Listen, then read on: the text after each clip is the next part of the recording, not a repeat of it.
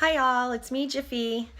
I was at a letterboxing event in Western Mass yesterday, and Girly Girl, well, not local here, but local to New England, letterboxer, had asked where my blog has been. And the truth is, over the summer, I took some time off of it. I know I hadn't done very many, but very busy getting ready for the historic Sears Board event. And just, life got in the way. But I had taped a little bit of letterboxing back on Memorial Day weekend this past May, a couple of days after my Tour the Fort event in Kittery. So I thought I'd post it now, a couple months late, 3 or 4 or 5, maybe 6 months later. And I just thought I'd share it with you. And I do have a short episode of my vlog coming up where during our attendance at Soups On. So enjoy Memorial Day weekend for me, back Memorial Day 2018, and happy letterboxing. Hi all, it's me, Jiffy, and I am out boxing today. You'll never guess where. I'm actually back in Kittery, hosting the event. I didn't get to go out and find some of the boxes that were planted by other people for the event, so I decided to come back today. Plus I wanted to double check some of the boxes that we planted. I heard a rumor, and actually I saw some pictures, that some of the boxes weren't re-hidden very well and actually were left out in the open. So I'm going back to check on them. Hopefully they're still there. It has been 2 days since the event, and sorry I didn't get to tape during the event, but when you're hosting, you are pretty busy, so I didn't do any videoing at the event, but I thought I'd come back. So right now I'm at Fort McClary. I'm grabbing a box by Gargoyle Girl, and I'm about to put it away. Already stamped it up. She had us looking by a pine tree. I looked at the wrong pine tree, but wait till you see what I came upon at the wrong pine tree. It was kind of like, oh, this is kind of a treasure in itself. But let me go put this box back, and then we'll continue to explore. All right, so this is the right pine tree. And I'm just gonna put the box back. Not gonna show you where it was.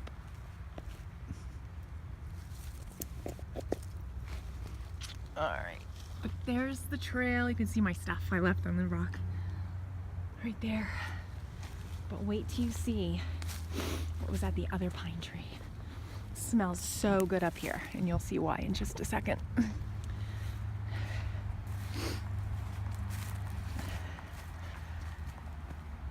So there's that's the other pine tree. A lot of white pine in Maine, hence the pine tree state. And I know my trees, so oh, bless me. Oh, you can smell it even more. It's so wonderful. I love springtime and all the spring things that come. And look, can you see? It's a patch of lily of the valley, and it smells so good.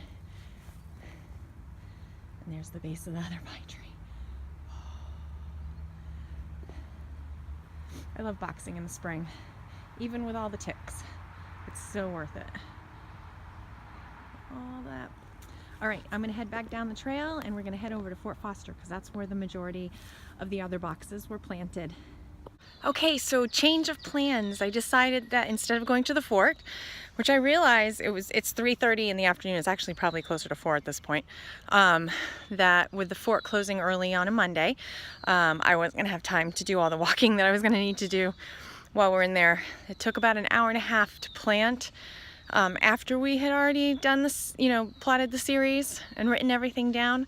So when I was actually out planting, it took me about an hour and a half with all the walking that I did. So there'd be just as much walking looking for the 5 boxes that are still out there. So I decided to do some that weren't in the fort, and we'll come back to Fort Foster another time. Whoops, bug.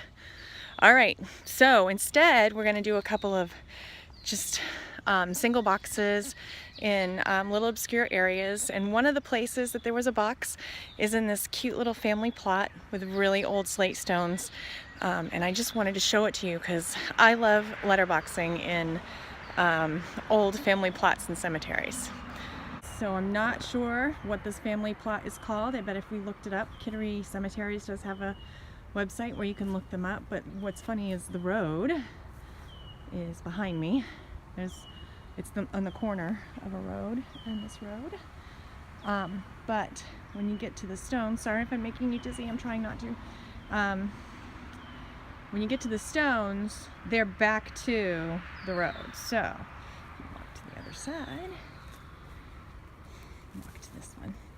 So it makes me think that there's a foundation somewhere else. I love old cemeteries. You make up your own stories about why people are gone. So this is Miss Betsy Dennett.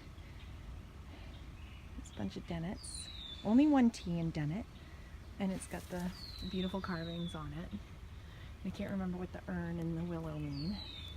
And then this is another one with an urn and a willow. This is Dennett with 2 T's. They must have tried to save money with the other one. And this one's an urn with a willow. Dorcas. Relief of John Dennett. So he must have been someone on a boat, because the other one is captain. And then there's another one down there, John Dennett. Died 1833. 1857, another John Dennett, he died 1837, bugging my hair again. Mrs. Dennett, she was 35, 1807, Betsy Frisbee, consort of John Frisbee, daughter of John and Betsy Dennett. This is really, she died in 1817 at the age of 19, so she got married young. And Sarah Dennett, daughter of Joseph and Abigail Dennett, 1818. They're just really cool. Really, really cool. And then there's another set down there that are smaller, and that one's covered with lichen and I can't really read it. So just thought I'd show you this. I know that, you know, the New England states and a lot of the eastern states have a lot of these old family plots. In fact, there's a bunch in my hometown and in the town that I live in now. So it's just really, really neat. All right, off I go. All right, I am at in a parking lot behind one of the Kittery outlets. Sorry, got into the vase a little bit. You can hear the traffic behind me. That's actually 95. I don't know if you can see. You can kind of see traffic. So the northbound traffic's going really fast, people coming back into the state. Southbound traffic's going really slow, people trying to leave the state, all the Memorial Day visitors, bringing the box back to its spot. Can you hear me? It's really loud with all the traffic. Here we go. It is not trash, it's a letterbox. Covering it back up. Make sure it's covered good. Nice and sturdy. All right, and now I'm headed, there's a second box. It's a 2-box series. I'm headed down to the other end of this parking lot to get the second box. All right, now you can kind of see 95. Fast cars are going north, slow cars are going south. That's what it's like in Maine. So I'm headed over. So I like the clue. They said an acorn grew. Well, now I can't remember what it said, but I'm headed to an oak tree. So there's only one oak tree in the middle of this island of trees, and I just have to find the box in the middle of some yew. So I'm gonna look for it. There's the yew. Luckily I'm not allergic to yew. It's a softer evergreen bush. Doesn't have the prickles like juniper and pine and spruce. It's really soft actually.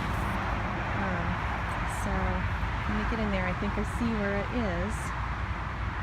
But there's a lot of traffic coming in. That's one of the entrances to the... That is the main entrance down there. I don't know if you see the traffic light, but it's the main entrance down there to the outlets. and this is the additional parking area in the back. So I am going to go for this box now. Right, so I had to go back and read the clue again because I didn't do a very good job. Kept thinking it was under a piece of tar, but it was actually right behind the granite rock. Didn't even have to get into the U. So I'm going to go stamp it and put it back. All right, I have one more planned stop for this little letterboxing excursion. I'm going to head over to the Kittery trading post. Day Trippers has planted another box over there, so I'm going to go see if I can find it. All right, here I am in the parking lot at Kittery trading post. Kittery trading post is an outdoor outfitter. Well, look at all the fun poison ivy. The Day Trippers did have to come out and replant this because it was sitting really close to poison ivy. Totally see why. So I'm heading down a path with a lot of beautiful weathered trees, dead weathered trees. And I'm gonna go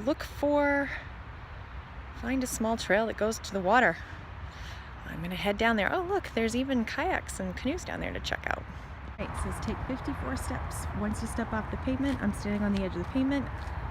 1, 2, 3, 4, 5, 6, 7, 8, 9, 10, 11, 12, 13, 14, 15, 16, 17, 18, 19, 20, 21, 22, 28, 29, 30, 31, 32, 33, 34, 35, 36, 39, 40, 42, 43, 44, 46, 47, 48, 49, 50, 1, 52, 53, 54. Look left for a large maple. Look, boats. I really kind of would like to go. There's a river right there, a creek. I'd like to go in that. All right, there's my large maple. And it's hidden behind, under bark. So I'm gonna go for it. All right. Oh, I guess that's a bark home. All right, I'm gonna grab this, take it back and stamp it real quick, and then I'm gonna be headed out of Kittery. So before I leave, so it's been a day, a little bit of a long day. Most of it's been driving, but I wanted just to take a moment because today is a Memorial Day, and I just read something that my cousin Patrick had written. He is a veteran as well, and I'm sure he lost people he knew in the service within the last couple of years. But he wrote, "In memory of those whose service ended with the ultimate sacrifice, today is the day that people should hold true and remember who and what has been lost, not just what we have. Your memory goes on and will not be forgotten." And that goes to our military members and also to first responders, because we seem to be losing a lot more of them as well. So happy Memorial Day, everyone. If you can say happy Memorial Day. I don't know how you greet people on Memorial Day, but also happy letterboxing. I hope everyone enjoyed the day.